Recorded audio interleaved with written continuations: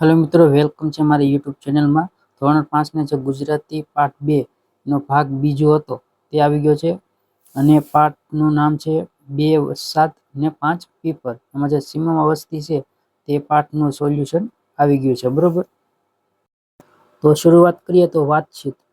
વાહ બોલી પડાય એવી વાત કઈ લાગી? તો ઝાડને એકલું ન ગોઠે, 2-5 જીવ ભેગા સારા. પછી છે, તમને લાંબો સમય એકલા રહેવું ગમે? કેમ ના ગમે? એકલા રહેવાથી મન ઉદાસ બની જાય છે.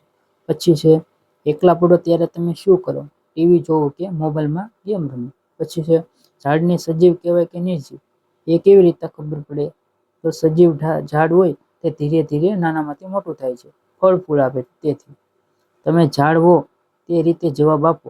ઝાડને ક્યારે મજા આવતી હશે, ક્યારે દુઃખ થતું હશે? તેમાં જવાબ આવશે, કોઈ ઝાડના છાંયે બેસે તો મજા આવતી હશે, કોઈ તેની ડાળીએ તોડે તો દુઃખ થાય. બરોબર. પછી છે, તમારે 3 વૃક્ષ વાવવાના હોય તો ક્યાં ક્યાં વાવો? કેમ? આસોપાલવ, લીમડો, વડ ઝડપથી ઉગે અને છાંયો આપે. અને પછીનું, સામા પટેલ તમને સામા મળે તો તમે શું કરો? શું કહો? ભજવી બતાવો. આ ભજવી બતાવવાનું છે. રેડી? પછીનો પ્રશ્ન છે, 1 મિનિટ માટે વૃક્ષની જેમ ઊભા રહો. આપેલા શબ્દોને વાક્યમાં બદલીને બોલી જુઓ કે એ કયા શબ્દો જેવા અર્થ ધરાવે છે. વાક્યમાં તે શબ્દો નીચે લીટી દોરો.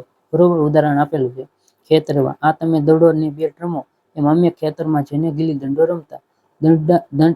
દંડાથી ગીલીને જોરથી મારીએ તો જાય 1 ખેતર જેટલી દૂર. બરોબર. તો 1 ખેતર જેટલી દૂર એમાં લીટી કરે છે, એવી રીતના આપણે જવાબની નીચે લીટી કરવાની છે. બરોબર. તો જો પહેલામાં આવશે નકામું કામ કરે છે, એના નીચે લીટી. બરોબર. બીજામાં આવશે પોતાના જેવડા, એની નીચે લીટી. બરોબર. પછી ત્રીજું છે ભેટી પડ્યો, એની નીચે છેલ્લે છે તેમાં નીચે લીટી. બરોબર. અને ચોથામાં છે છેલ્લે સંતોષ થયો. બરોબર. આમાં આવી રીતના જવાબ આવશે, લીટી કરવાનો. પછીનો પ્રશ્ન છે, પૂરા વાક્યમાં જવાબ આપો. જવાબમાં કૌંસમાં આપેલા શબ્દનો ઉપયોગ થયેલો હોવો જોઈએ. બરોબર. ઉદાહરણ છે, તમે ક્યાં રમો છો? વાડી, કૌંસમાં આવેલો. એમાં નીચે છે, અમે મેદાનમાં અને ફળિયામાં રમતો રમીએ છીએ. અમે વાડીએ રમવાનું પણ ગમે છે. બરોબર. તો એમાં પહેલો પ્રશ્ન, અહીં ઊભા રહીને રસ્તા પર વારંવાર શા માટે જુઓ છો? કૌંસમાં વાટ. બરોબર. એમાં જવાબ છે, મહેમાનની વાટ જોઈએ છીએ. પછીનો છે, અલ્યા શું થયું તે તમે બધા એકદમ ઊભા થઈ કૂદકા માંડ્યા? તો એમાં હરખ છે. તો એમાં જવાબ, ખૂબ હરખાઈ ગયા તો કૂદકા મારવા લાગ્યા. ત્રીજો પ્રશ્ન છે, તે કેમ પેલા માણસની થેલી ઊંચકી લીધી?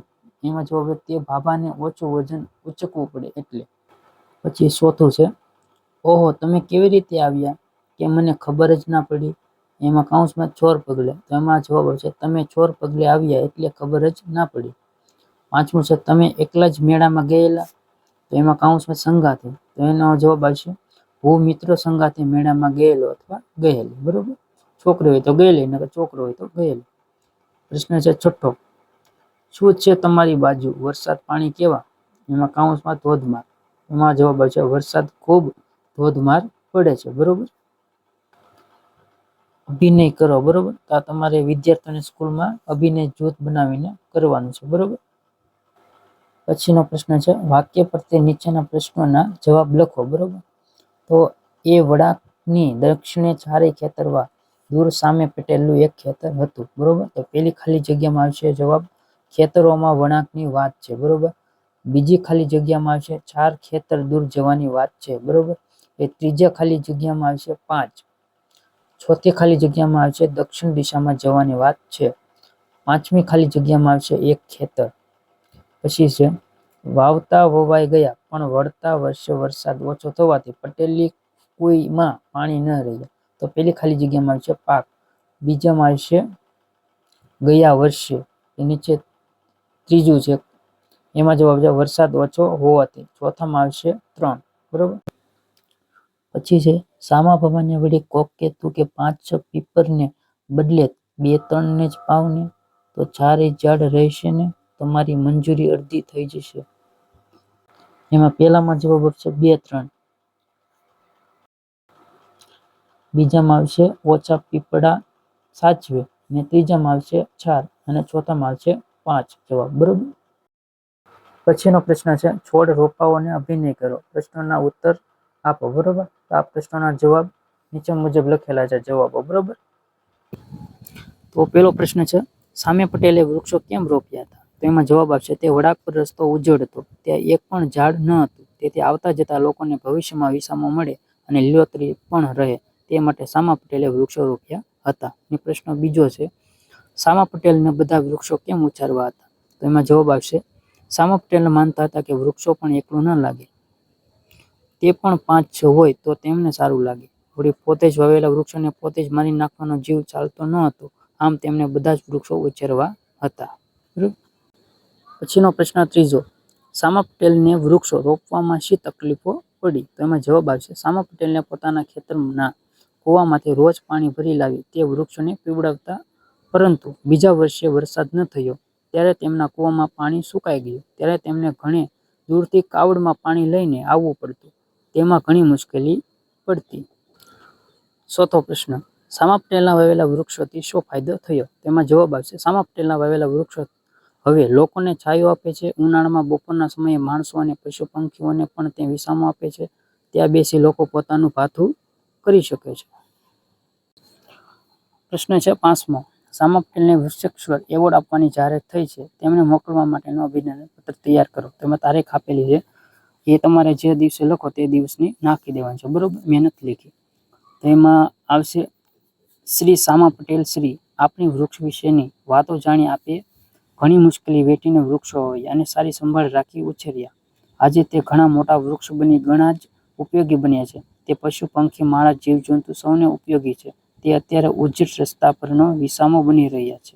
આપની આ કામગીરી વૃક્ષ પ્રેમ ઉદારતા, બીજાનું સારું ઈચ્છવાની ભાવના બદલે આપને ખૂબ ખૂબ અભિનંદન. બરોબર, એવી રીતના એ પત્ર તૈયાર કરવાનો છે. બરોબર. પછીનો પ્રશ્ન છે, વિચારીને કહો, ચર્ચા કરો. એ જૂથ કાર્ય છે, જૂથ કાર્ય કરવાનું છે સ્કૂલમાં. પછીનો પ્રશ્ન છે, જો વાક્ય તમારા વિસ્તારનું આપેલું હોય તો આમ જ લખો, નહીંતર વાક્ય તમારી આસપાસની બોલીમાં લખો. તમારા ઘરના સભ્યોની મદદ લો.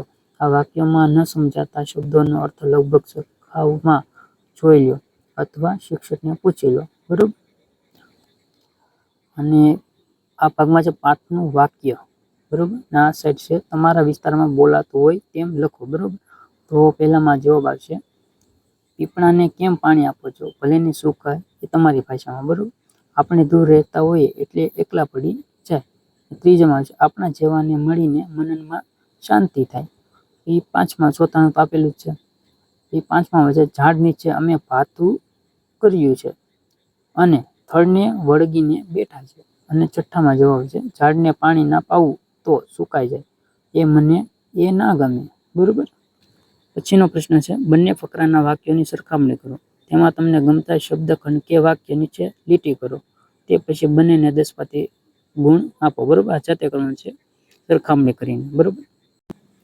અને પછી છે, તમને વરસાદમાં ફરવાની મજા આવે છે, તો ચાલો વાંચો અને ગાઓ. ચાલી નીકળીએ પ્રવાસમાં.